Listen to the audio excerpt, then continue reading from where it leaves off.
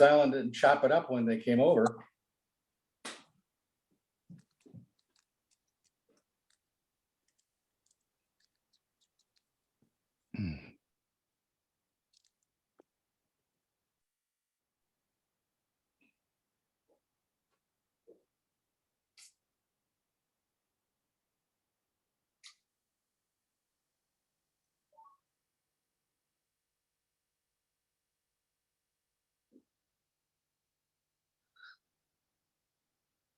Sorry, Joe, he's joining now.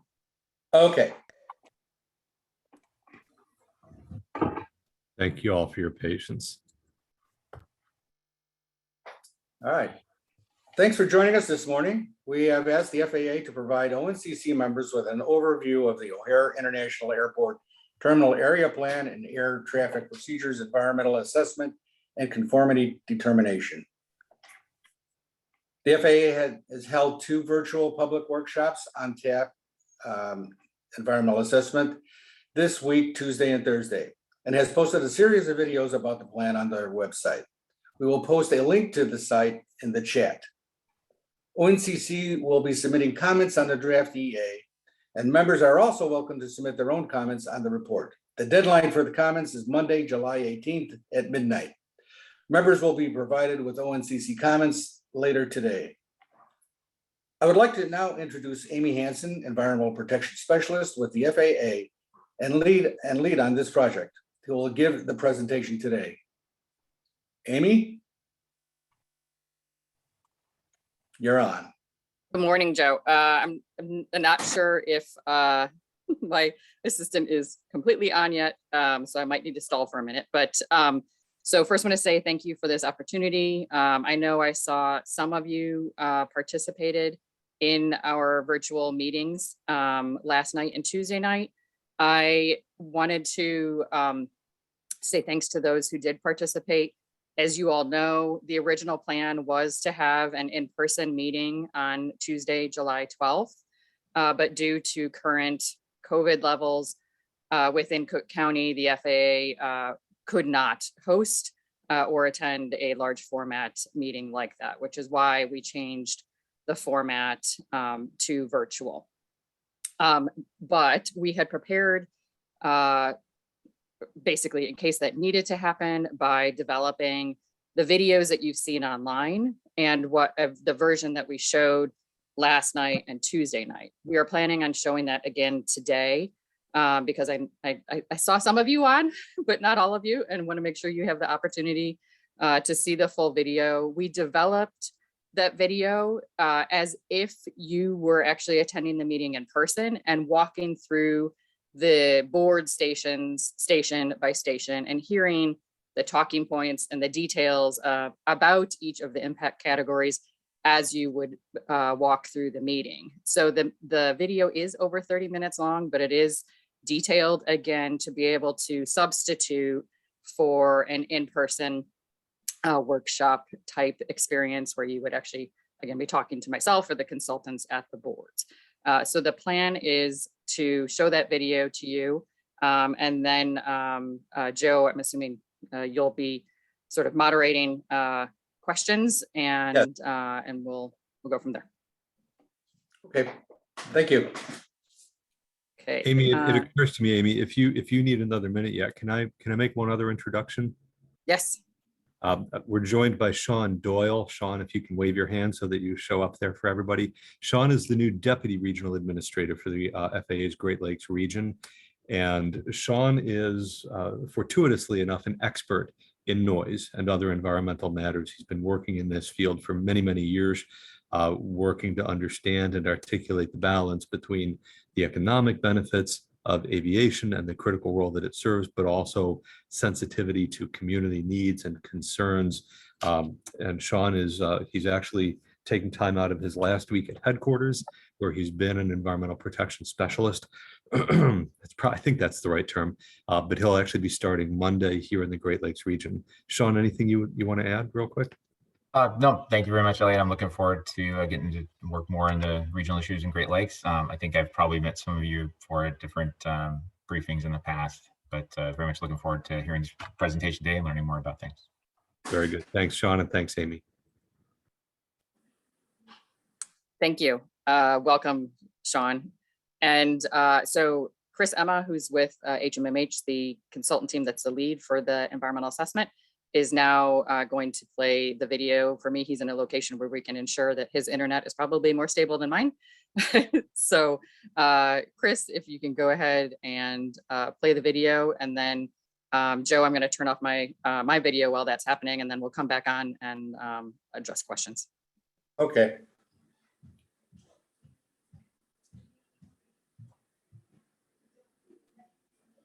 Welcome to the public meeting regarding the draft environmental assessment and draft general conformity determination.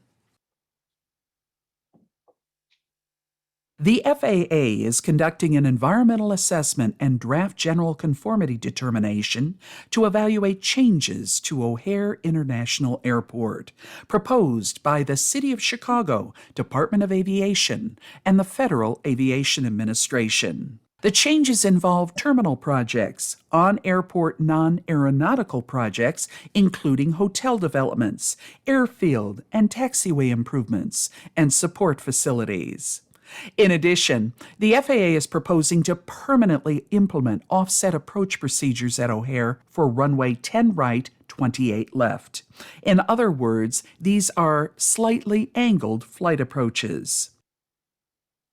An environmental assessment provides information and environmental analysis to help determine the paths forward for a proposed project. The FAA prepared the environmental assessment under the National Environmental Policy Act, the National Historic Preservation Act, the Clean Water Act, the Clean Air Act, and other applicable laws. This assessment determines whether a proposed project has the potential to significantly affect the environment. The draft environmental assessment also helps determine whether the FAA can issue a finding of no significant impact for the proposed project or will need to complete an environmental impact statement. The FAA involved the public throughout the environmental assessment process. During the scoping process, the FAA sought input from the public and other agencies to define the range of environmental issues and possible alternatives to study in the environmental assessment. Throughout the process, the FAA coordinated and consulted with other agencies, such as federal, state, tribal, and local officials. Finally, the FAA has invited the public and other agencies to comment on the draft environmental assessment and draft general conformity determination and will respond to the comments in the final environmental assessment. There are a number of steps in the environmental assessment process. They include scoping, preparation of the draft environmental assessment and draft general conformity determination, circulating the draft environmental assessment, opening a public comment period, evaluating the comments, responding to the comments, and publishing a final environmental assessment and final general conformity determination. The final step could include issuing a finding of no significant impact, issuing a finding of no significant impact along with a record of decision, or issuing a notice of intent to prepare an environmental impact statement. We are currently at step 3, publishing and circulating the draft EA for review, and step 4, the comment period for the draft EA. In order to provide adequate terminal, gate, and apron areas, and to efficiently accommodate the existing and projected activity, improvements at O'Hare International Airport are needed. The range of projects have 5 major goals.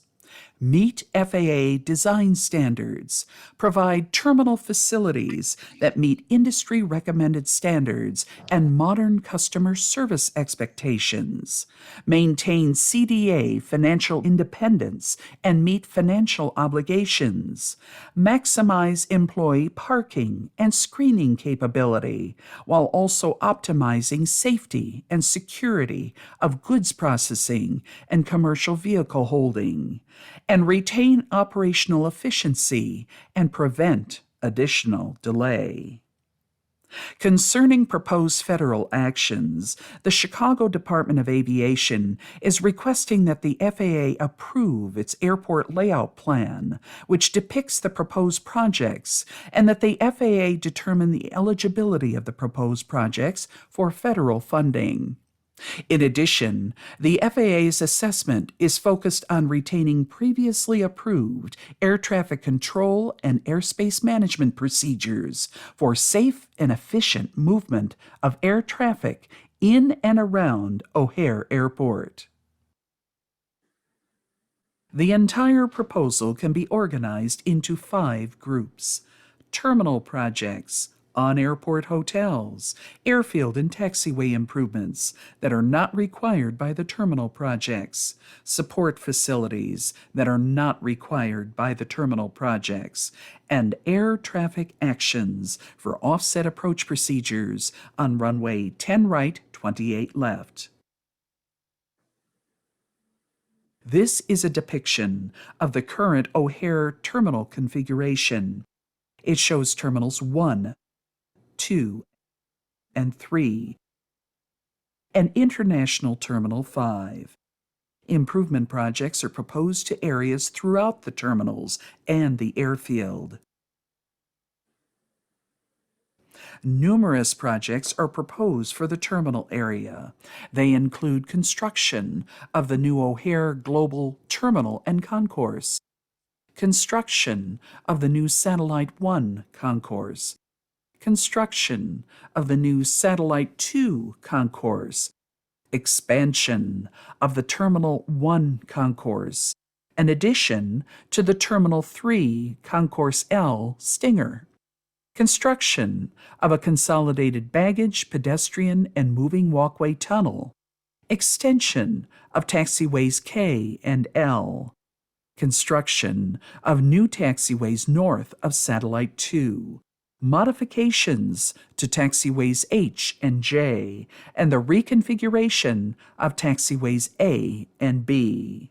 Also, here are 2 temporary terminal area proposals: a temporary walkway and extended jetway from Concourse C, and a temporary heating and refrigeration facility. Projects planned for Terminal 5 include a curbside addition and an interior reconfiguration of the terminal, roadway improvements, a curbside expansion, and construction of a parking garage. There are 2 proposed on-airport hotels. One hotel will be built near Terminal 5, and the other project is a new hotel on Mannheim Road near the multimodal facility. It will include possibilities for retail or dining developments. The proposal includes airfield and taxiway improvements that are not required by the terminal projects. They include conversion of a vehicle parking area to an aircraft hold pad, expansion of the runway 28 right blast pad, reconfiguration of taxiways P, V, and Y, demolition of taxiway T, and taxiway DD realignment. And within this project group, there is the proposed construction of additional exit taxiways near runway 9 left, 27 right. There also are a number of support facilities to be improved that are independent from the terminal projects.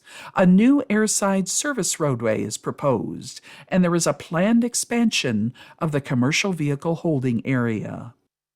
In the northwest corner of the airport, the project proposes to move Aircraft Rescue and Firefighting Station 4 to a new location. On the west side of the airport, there would be a number of additions, including a new heating and refrigeration facility, an employee security screening facility, an employee ground transportation facility, and parking garage. a landside access point for airport employees, construction of new landside detention basins, new airside service roadways, and a centralized distribution and receiving facility. Above and beyond the airfield, there also is an air traffic proposal that would make permanent the previously approved offset approaches to runway 10 right, 28 left. The current air traffic procedure allows for simultaneous approaches to 3 runways and allows for future simultaneous approaches to 4 runways. These procedures had been approved previously for temporary use, and the proposal would seek to make them permanent.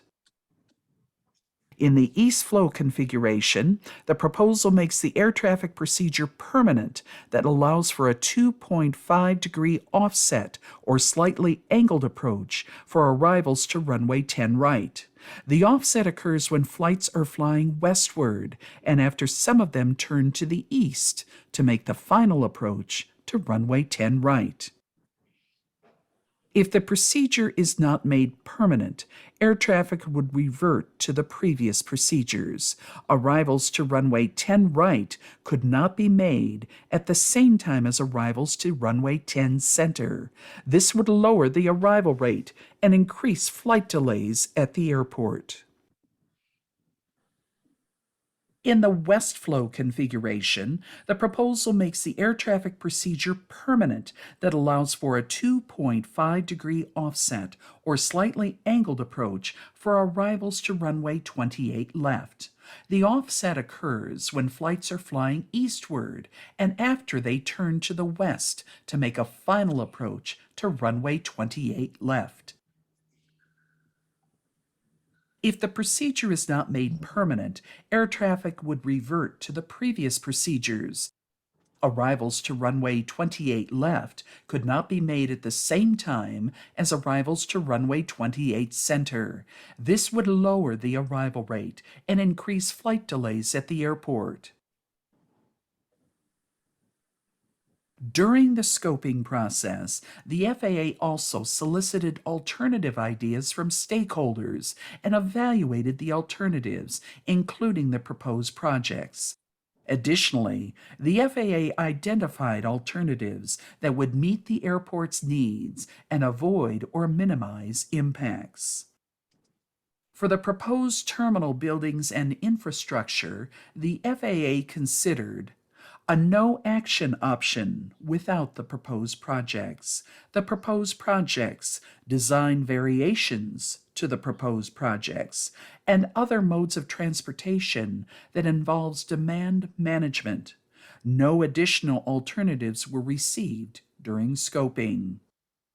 For the proposed airfield and taxiway improvements, the support facilities, and the hotels, the FAA considered a no-action option without the proposed projects and the proposed projects. No additional alternatives were received during scoping. And for the air traffic actions, the FAA also considered a no-action option without the proposed procedures or actions. The proposed procedures and actions. No additional alternatives were received during scoping. The environmental assessment also studied conditions in 3 time periods: the existing condition, which is before the proposed projects begin, an interim year, and the year after the proposed project would be completed. The FAA's Environmental Orders 5050 Airport Environmental Handbook and 1051F Environmental Impacts, Policies, and Procedures identify several environmental impact categories or resource categories that an EA should consider when analyzing the potential environmental consequences from a project's no action and proposed action alternatives. For the proposed terminal area plan and changes to air traffic procedures at Chicago O'Hare International Airport project, the FAA determined that potential impacts from the proposed action to the following environmental resource categories would be analyzed along with the no action and documented in Chapter 5 of the EA. Air quality, climate, noise, and noise-compatible land use, historical, architectural, archaeological, and cultural resources. Department of Transportation Act, Section 4F. Biological resources, light emissions and visual impacts, hazardous materials, solid waste and pollution prevention, natural resources and energy supply, socioeconomics, environmental justice, and children's environmental health and safety risks, surface transportation and parking, water resources including wetlands, floodplains, surface waters, and groundwater, irreversible and irretrievable commitment of resources, and cumulative impacts. This video provides a summary of the potential impacts from the proposed alternative to these environmental resource categories. The FAA determined that certain environmental resources do not require detailed analysis, either in whole or in part, since the interim proposed action or the build-out proposed action would not have the potential to adversely or beneficially impact the affected environment associated with these resources. As a result, the EA does not examine the potential effects on coastal resources, farmlands, and land use. Aviation activity forecasts are integral elements of the EA evaluation process and form the basis upon which several key environmental resources are established. The Chicago Department of Aviation submitted its forecast for enplanements and operations to the FAA prior to beginning the analyses of potential impacts. The FAA completed a comprehensive review of the forecasts and determined they were reasonable and appropriate for the environmental modeling purposes of the EA. The analysis of gated flight schedules demonstrated that the forecast for future activity can be accommodated on the existing gates, albeit with a reduced level of service. This means there would be no potential for induced demand because of the proposed action. The air traffic forecast split annual aircraft operations into 4 categories: passenger, cargo, general aviation, and military for modeling purposes. The CDA and FAA determined that the FAA Terminal Area Forecast, or TAF, was underrepresenting passenger aircraft operations for environmental modeling purposes. The CDA also determined aircraft operations would grow at 0.9% annually compared to the 0.2% growth annually in the FAA TAF, which is appropriate for modeling purposes. Finally, the cargo forecast was based on O'Hare's historical share of U.S. cargo volume and the limited general aviation and military activity in the FAA TAF was used. The FAA and CDA considered the impact of the COVID-19 pandemic.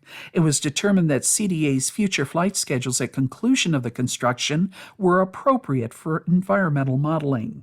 In addition, the likely impact of COVID-19 would be to delay domestic passenger demand growth by 2 years, but the CDA's future flight schedule of aviation activity during those years is relatively modest. Air quality is the first environmental resource category to discuss. The team conducted 2 types of air quality analysis. Emissions inventories provided estimates of the amount of air pollutant emissions, and dispersion modeling provided estimates of air pollutant concentrations. The analysis found that there would be an increased amount of some criteria pollutants, although the increase would not be significant and result in less of other criteria pollutants associated with the build-out proposed action alternative compared to the build-out no action alternative.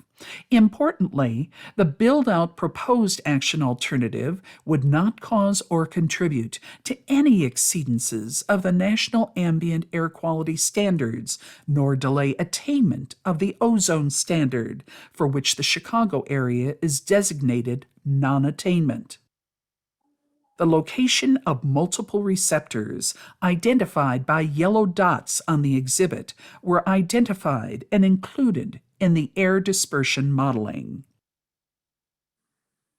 Per the Clean Air Act, federal agencies are required to show the proposed project actions in a maintenance or non-attainment area conform to the State Implementation Plan, or SIP. Since the airport is in a non-attainment area for ozone, a general conformity analysis was required to address expected ozone pollution level exceedances. The Illinois Environmental Protection Agency determined that the project's ozone emissions are accounted for in the SIP.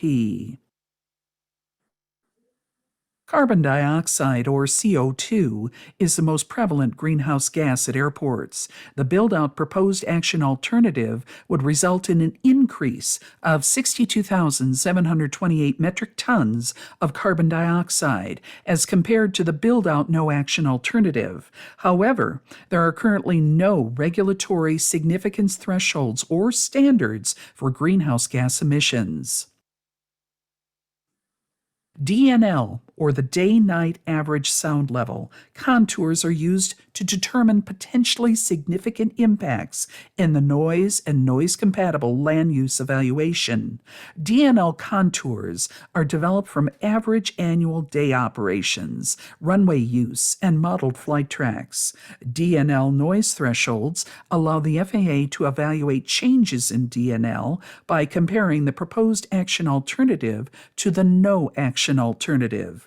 And finally, the DNL results and level of change at noise-sensitive sites such as schools, parks, and places of worship were reported.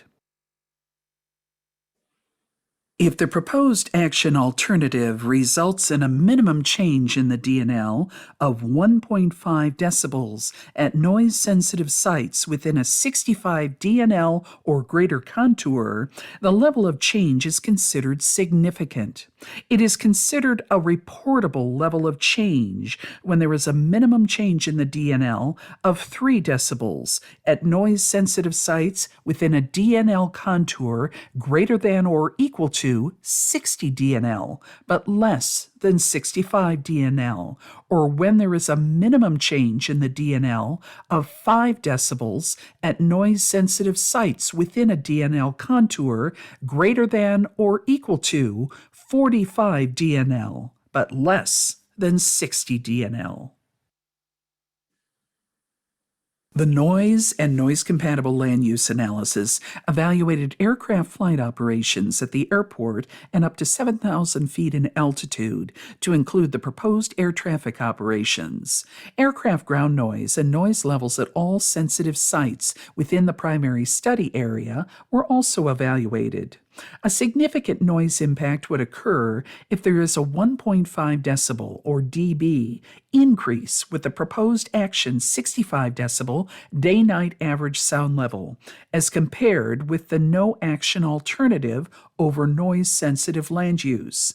The analysis determined that there are 11,379 housing units, which are one type of noise-sensitive land use, with the 65 DNL noise contour, and 6,277 of those units have not been previously mitigated by CDA due to current sound insulation program construction activity status, lack of response to offers for sound insulation, and eligibility status in the ongoing residential sound insulation program. Compared to the no-action alternative, the proposed action alternative would result in a net increase of 324 housing units within the 65 DNL. A total of 227 of those 324 would be significantly impacted, and all but 3 of those 227 were previously mitigated. Of the remaining 3 housing units, 2 are scheduled to be mitigated in 2022, and 1 declined mitigation and is considered compatible with aircraft noise. As a result, the proposed action alternative would have no significant impacts to residential housing units. Exhibit 5.5-23 of the draft EA provides a comparison of the 65 DNL, 70 DNL, and 75 DNL under the proposed action and no action alternatives. The pink line on the map shows the DNL contours with no action. The blue line on the map shows the DNL contour map for the proposed action. In addition to the DNL contours, the exhibit shows existing land uses, the noise analysis primary study area, airport boundary, runways, and taxiways.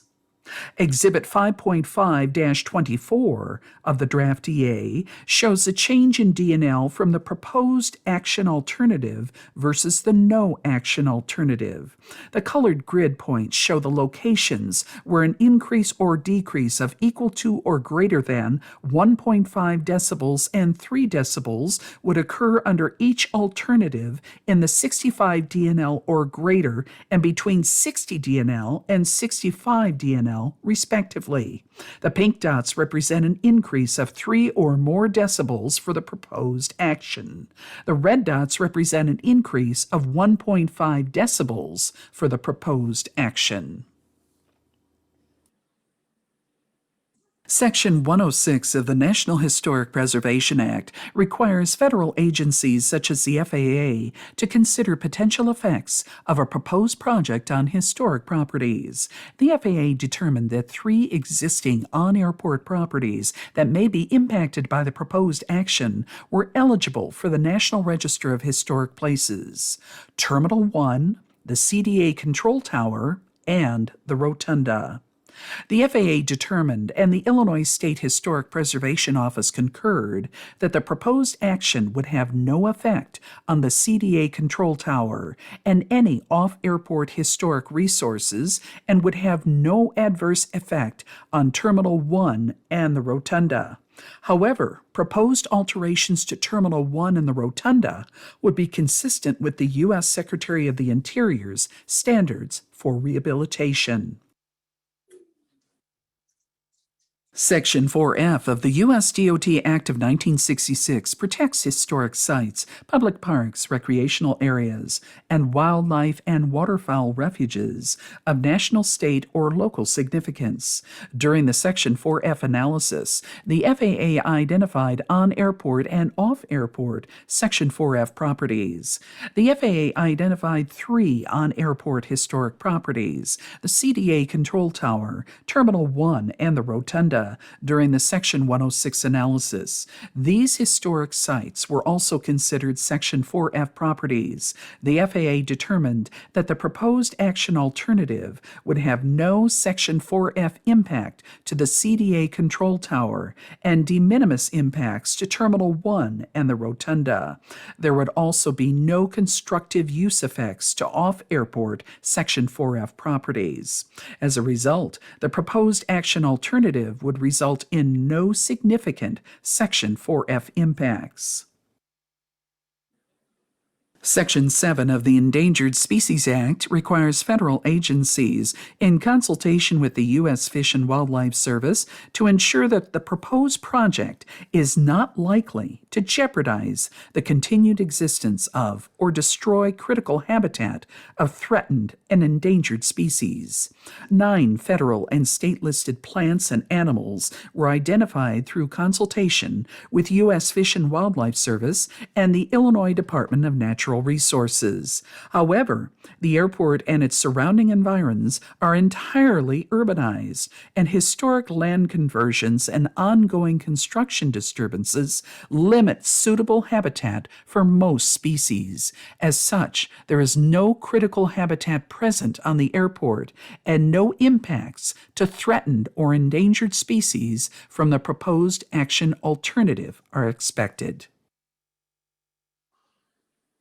Potential visual impacts from light emissions would be associated with the on-airport non-aeronautical projects like hotels and the air traffic actions. The multimodal facility hotel would be on airport property but near the airport boundary, and light emissions during construction is possible. Illumination of the hotel parking areas, the building, and rooftop lighting and signage would be anticipated upon completion of construction. Light emissions from aircraft would be affected by the no-action alternative, which includes the removal of the offset approach for arrivals to runway 10 right, 28 left. However, the changes in aircraft light emissions would be very small and would have intensities similar to those experienced in existing conditions. Construction of the proposed action alternative would generate construction solid waste, following the City of Chicago's historical practice of recycling up to 99% of construction and demolition debris. It's expected that little to no construction solid waste would enter landfills. Solid waste during operation of the proposed action alternative is anticipated to be proportional to passenger increases and could be accommodated at existing disposal facilities. All hazardous materials would be handled in accordance with all federal, state, and local requirements to minimize impacts.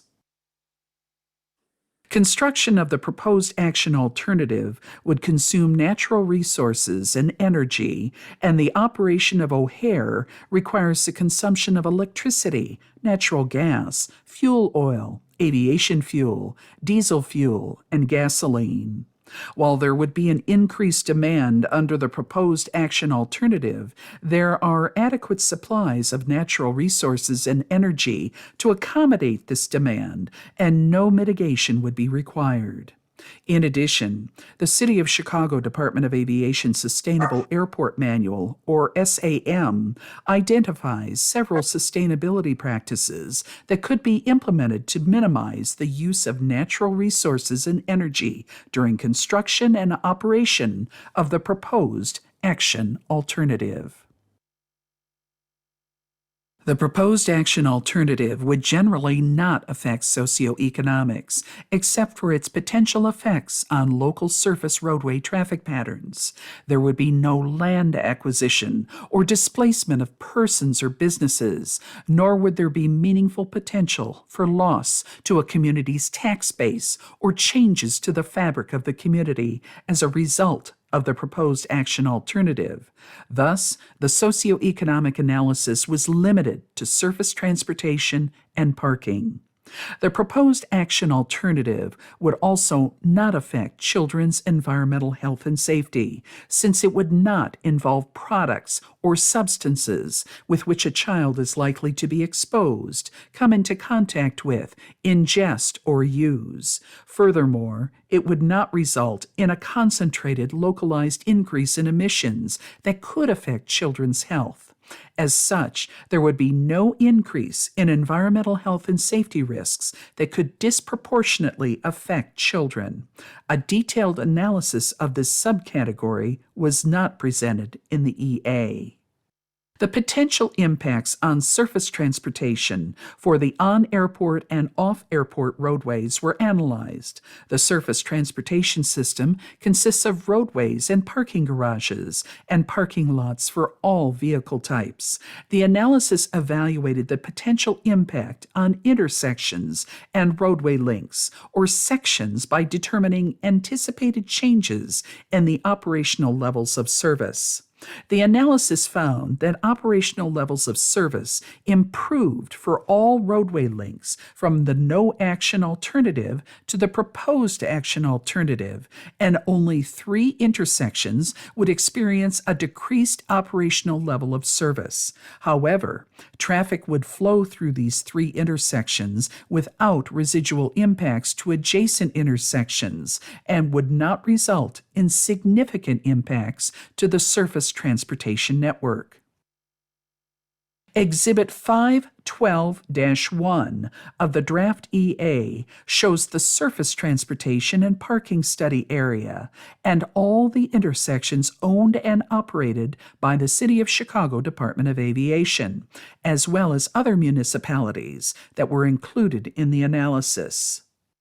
In areas identified as those of environmental justice concern, the proposed action alternative would result in noise impacts exceeding the threshold of significance at 227 residences located within 9 census blocks that each lie within one of 2 block groups. The demographic characteristics of these individual blocks and block groups were compared with the characteristics of all blocks and block groups that would experience a potentially significant impact to assess disproportionate impact on EJ populations. Sound insulation has previously been installed in 224 of the 227 residences under the Chicago Department of Aviation's ongoing residential sound insulation program. 2 of the 3 remaining residences are scheduled to have installation of sound insulation completed in 2022. When completed, this sound insulation would decrease the noise impact on the dwellings to a level that is considered less than significant. The 3rd residence declined the invitation for sound insulation. Therefore, the FAA has determined that the residence is compatible for noise purposes. Due to the residential sound insulation mitigation measures decreasing noise impacts below this threshold of significance, there would be no resulting disproportionate impact to households. The water resources analysis for the EA was limited to wetlands, floodplains, surface waters, and water quality. The proposed action alternative would impact a total of 1.48 acres of non-jurisdictional wetlands and waters. These wetlands and waters are not natural and are characterized as small, isolated areas with relatively low water quality and limited runoff storage function due to their small sizes. Since no portion of the proposed action alternative would fall within the 100-year floodplain or floodway, it would not result in impacts to regulated floodplains. In addition, the proposed action alternative would not have the potential to adversely affect groundwater or wild and scenic rivers. Finally, the proposed action alternative would result in increased impervious surface areas and changes to drainage and stormwater infrastructure, but the analysis found that adequate storage exists to meet the release rate and storage requirements of the project. Potential impacts to water resources would not be significant. Cumulative impacts are the total combined impacts on the environment from the proposed action alternative and other past, present, or reasonably foreseeable actions. Past actions included were those that occurred in the 5 years prior to 2018. Present and reasonably foreseeable future actions include those that were implemented after 2018 or would be implemented by 2032. The analysis found no significant cumulative impacts would occur with the proposed action alternative. The FAA is asking the public to participate in the public comment process by submitting comments during the 45-day comment period that runs from June 2nd to July 18th, 2022. Comments and responses will be included in the final environmental assessment. Public comments are accepted on all topics. Your draft environmental assessment comments would be most beneficial to the environmental assessment process and to FAA decision makers if they focus on the following topics: the proposed projects, the scope of analysis in the environmental assessment, and the affected environment and potential impacts to resources. Comments can be submitted online through this website, via email, or through post office mail. Comments must be postmarked or submitted online or via email or mail by midnight Central Time on July 18th, 2022. After the 45-day draft environmental assessment comment period, the FAA will prepare comment responses and the final EA and final general conformity determination. The FAA's responses to comments will be included in the final environmental assessment. If you have questions about other topics at O'Hare, here are some websites that contain additional information. Thanks for your interest in the draft environmental assessment and the draft general conformity determination.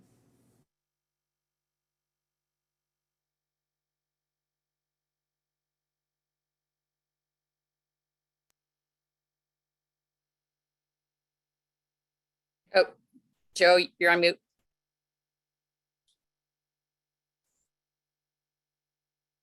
Oh, I see, that was automatic. Okay, are there any questions for everyone? Anyone? For Amy?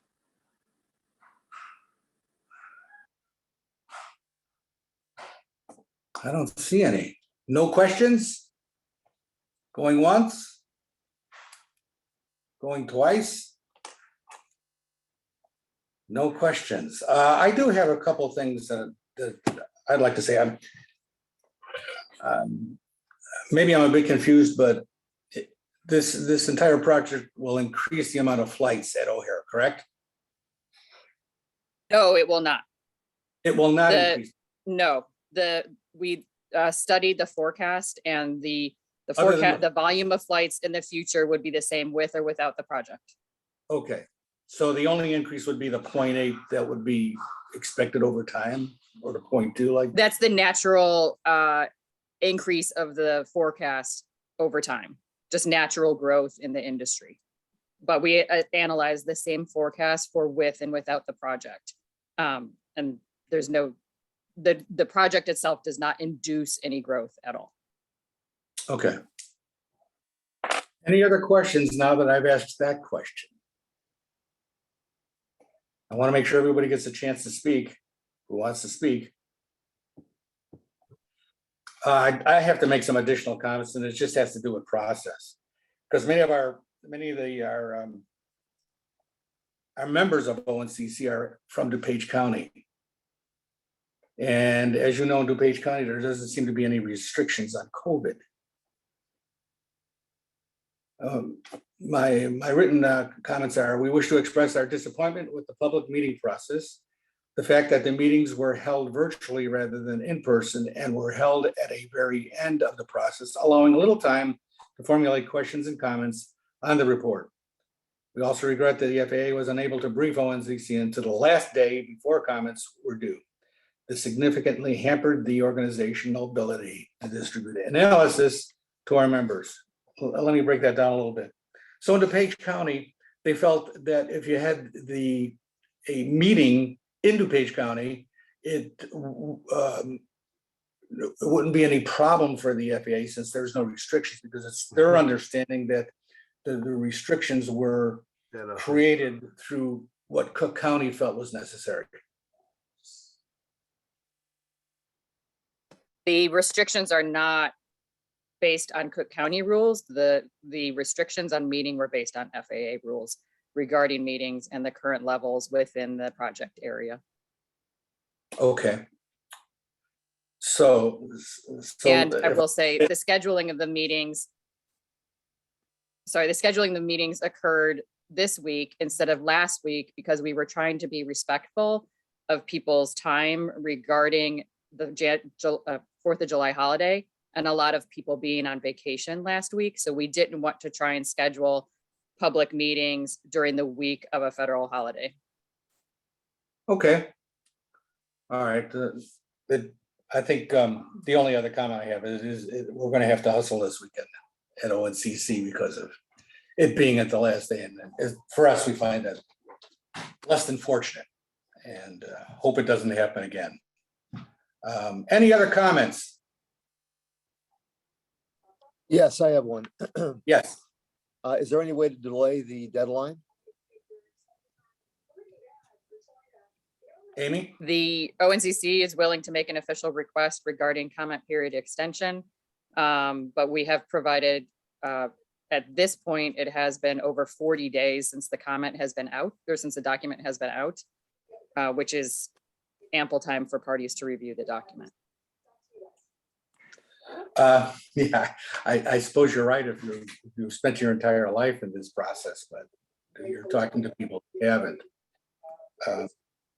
And trying to absorb all the information that's been given. And there's a huge amount of information there to absorb. I'm just considering maybe a few days or a week. Well, we'd have to make a proposal. We'd have to do Okay. that. That's fine. If the group so chooses, that's fine. Whatever. Okay. Thank you. Any other comments? Yes, Bill McLeod from Hoffman. Why not extend it for a week? I don't see that that's a big deal. We can do the request, and if they deny it, they deny it. Can we make a motion to that effect? Yeah, I'll we, make- we can't. I mean, We can't vote on anything in this Yeah. meeting. it sounds like there is a request by at least a couple of individuals.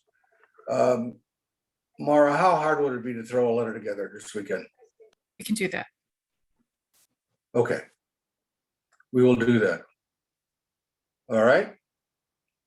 sounds good. Thank you. All I can do is ask. We asked Joe, good morning. It's Ernie. Ernie. I would add my request in on that as well. I think consensus is from the people I've talked to that if we can push the date back, not just for the ability to make comment, but as some have discussed, the ability to push the date back, which may help facilitate an in-person meeting, which a lot of people have said is one of the issues of these meetings have all been virtual. I think that as far as the virtual meeting goes, that's sounds like an FAA policy. That sounds like something internal that they choose to do. And Now, again, if there was an ability to delay the closing of the comment process, Amy, unless I'm mistaken, that would leave the comment period open, which would at least give the opportunity for the potential for an in-person workshop. I will say the FAA is required that when we have meetings, we have to provide 30 days notice of those public meetings.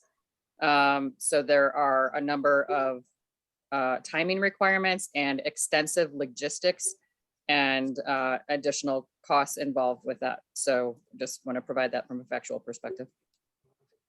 I think Again, Ernie, Thank you, We Amy. have provided all the information in our virtual meetings that we would be providing in person. we have asked, Ernie. It's on the record. Thank you, Joe. All right. Anything else? Yeah, this is Hi. Vijay. Hi, I have a question. This is Vijay from the Village of Itasca. I'm the Community Development Director. Question for Amy. So I'm kind of trying to understand the noise compatibility section where you say there are 227 units that will experience a significant impact in noise, but all 227 units are considered compatible for noise by FAA. Does that mean are they exceeding or not exceeding the FAA threshold of noise impact? As noted in section 5.5, there are 227 homes that would experience significant noise impacts with the project. Okay. 224 of the homes have already been sound insulated under prior residential insulation programs. Okay. 2 of them are scheduled to be completed during this calendar year, 2022. And the last unit has been offered an opportunity multiple times and has declined. Therefore, they are deemed compatible. Once Yeah. homes Mhm. have received sound insulation, Mhm. they are considered compatible for FAA for noise purposes.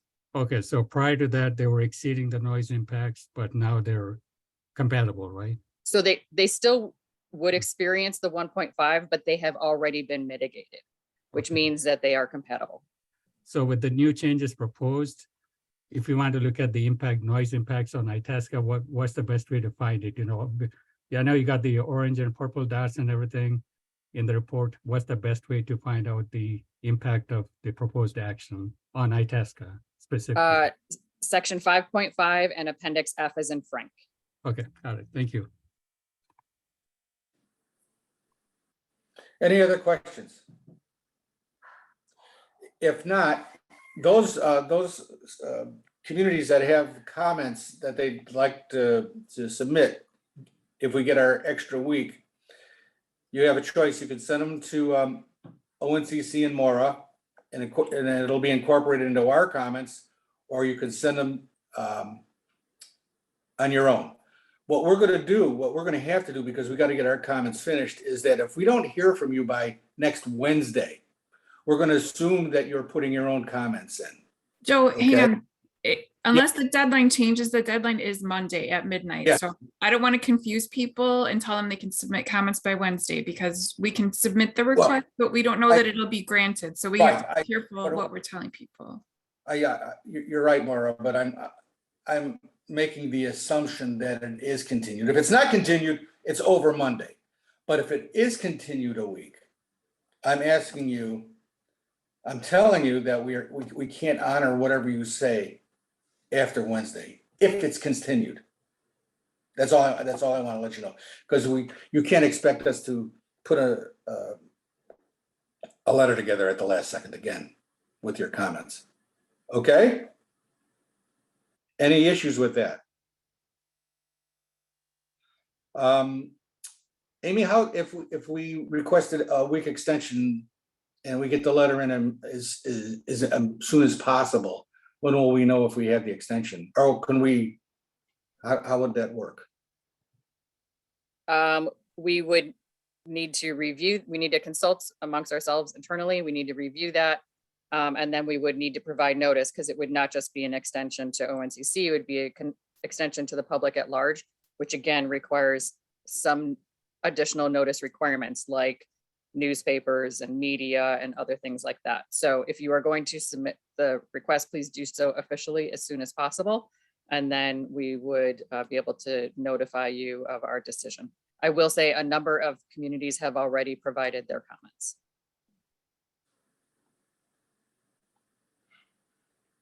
Okay. I guess the answer is we'll just have to wait and see what happens. Any other questions? If not, I'd like to thank Amy. I'd like to thank the FAA for presenting today. It did clarify some things for me, and I'm sure it clarified things for others. These are long, complicated processes and processes that frankly at times go beyond my ability to reason. We're all doing the best we can here, and we'll continue to do the best we can here for our communities. Again, thank you. Joe, I just wanted to say something real quick before we sign off. Wanted to say thank you for this opportunity. We do appreciate it. Thank you for being understanding that we could not present to ONCC until we had completed our presentations to the public, because we needed to complete that process before, just to ensure an ONCC meeting would not sort of de facto turn into an alternate public meeting. So thank you for your understanding on that. And also wanted to let you know that I am transitioning out of my role in the Chicago Airports District Office. I have transferred to the FAA's Office of Commercial Space Transportation. I am transitioning out of my work at O'Hare and Midway and other locations in Illinois. I'm not moving though anywhere. I'm just working in a different industry from now on for space vehicles instead of aircraft. So I just want to express my sincere thanks for the partnership that you've allowed me to have with ONCC over the 20+ years that I've worked with you all. It has been a very rewarding experience, and I'm very grateful for all the interaction I've had with you all over the years. Again, I'm not going anywhere. You can feel free to reach out if you need to talk to me about anything. But we are handing the project over to Alan Strasser, who's one of our headquarters EPSs. I think he might pop on screen for a minute while they backfill me in the ADO. But again, I just wanted to say thank you for everything over the years. I have thoroughly enjoyed it. Well, thank Hey, you. and Good luck. You have been somebody that we've always seen through the years, and we're going to miss you.